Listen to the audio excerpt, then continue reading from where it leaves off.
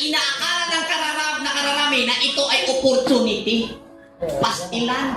Lahat ng ito sa pamamahala ng pagkaswail. Tinitingnan ng mga taong tulog na ang kaganapan sa buhay. Ang mga nagaganap nito sa mga taong, mga sikat, mga artista, mga Hollywood, mga ano pa. Ang tawag nila, opportunity. Hungog.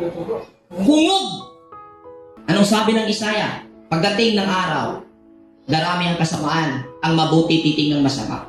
Ang masama titingnan mabuti. Gayon ang makikita ng isang taong magkakaroon ng isang ay gagamit sa idea na pagiging agresibo na hindi aware.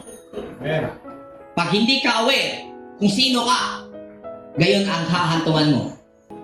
The name Kalni, summary meaning, center of the world, beautifying everything.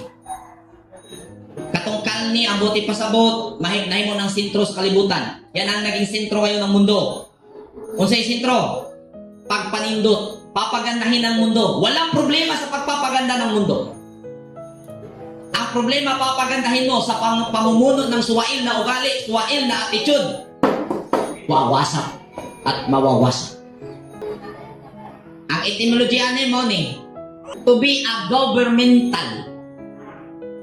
Mismong mga CGs, mismong mga scholar, alam nila na ang salitang Kalni ay hindi physical being, hindi isang persona. Alam nila na ang pinatutungkulan nito na anak ni Kos ay isang governmental concept ang pinatutungkulan. Alam nila yan.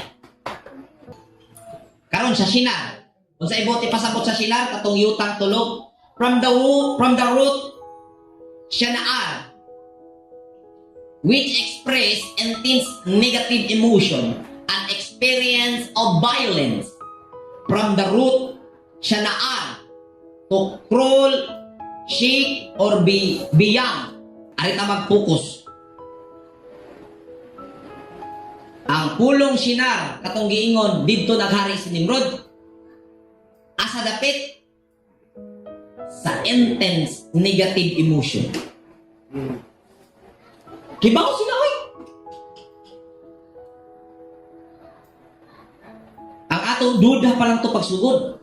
Atong gitangaw ang higher assembly, kibaw sila. Asa naghari si Nimrod? Asa niya gitukod ang iyang katong gingharian nga gipamahalaan? Naasa negative emotion. Amen. Nganong namay negative emotion? Kinsa day creator? Sino ba ang tagagawa ng iyong damdamin? Si, ano ba? Rowell ba? Ang ibang persona ba? Ang gagawa ng emosyon na mararamdaman sa loob? Hindi. Ikaw. Kailangan mo maging aware para kung may kaganapan na nagawa ng ibang persona sa harap mo at normal na uusbong ang iyong emosyon, pero pag aware ka na mamanage mo ang iyong emosyon. Amen. Ito, ano ba ang kasalanan ng sarili mo sa pagkakamali na nagawa ng ibang tao? Bakit sarili mo ang paparusahan mo? Dahil sa oras na magalit ka, nadala ka ng emosyon, nagalit ka, nalungkot ka, may maraming masisirang mga cells sa iyong immune system, sa iyong human body. Ma-stress ka, ang imong lawas normal, mag-release siya og toxic. Kinamtay mga cancer cells, ma-activate siya. Ma-activate siya, yung imong aghiluan imong kaugalingon. Kung imong hunahunahon karon kinsay hinungdan sa mga sakit, ikaw ra oy. That's right.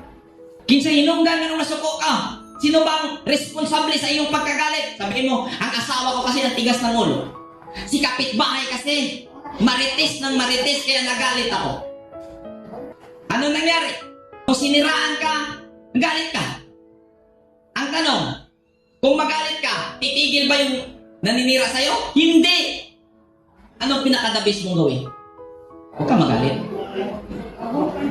Huwag mong pansinin. Amen. Inisipon kayo ito. React na kamay instead ng response. Ibig sabihin, maging aware ka kung ano ang gagawin mo. Nakakabuti ba sa'yo? Yan ang tanong. Bawat gawin mong hakbang, Tanungin mo sarili mo, kung gagawin ko ito, mag-release ba ito ng resulta na makakabuti sa akin? No, kung wala, huwag mong gawin. Kung meron na gawin mo. Amen po ba? Sa paraang iyan, maiiwasan natin na tayo pangangasiwaan ni Nimrod. Amen. Pertira ba ng malituhang Nimrod? Ingon pas istorya mga igsoon. Kani ko nos Nimrod, mo di gatukod sa Babil. Kani ko nung Babil, mo kuno yung taas kayong tower dito sa Sinar. Okay. Abog kuno kay tanan. Tapos lagi. Abot lang, iya pa abtong sa langit. Kay musaka daw ni siya dito. Iyang panon na Ginoo. Karon ang pangutana. Iyang panon ng Ginoo. Di ba ang Ginoo espiritu? Amen. So kami pagpana. Subot ipasabot. Si Nimrod espiritu. Anong yung mahimong tao? Kaya magumugo. Aminaw lagi mo. Suwail. No? Sige lang. Mamumunga rin pagdating ng araw. Lahat ng itinanim ay namumunga.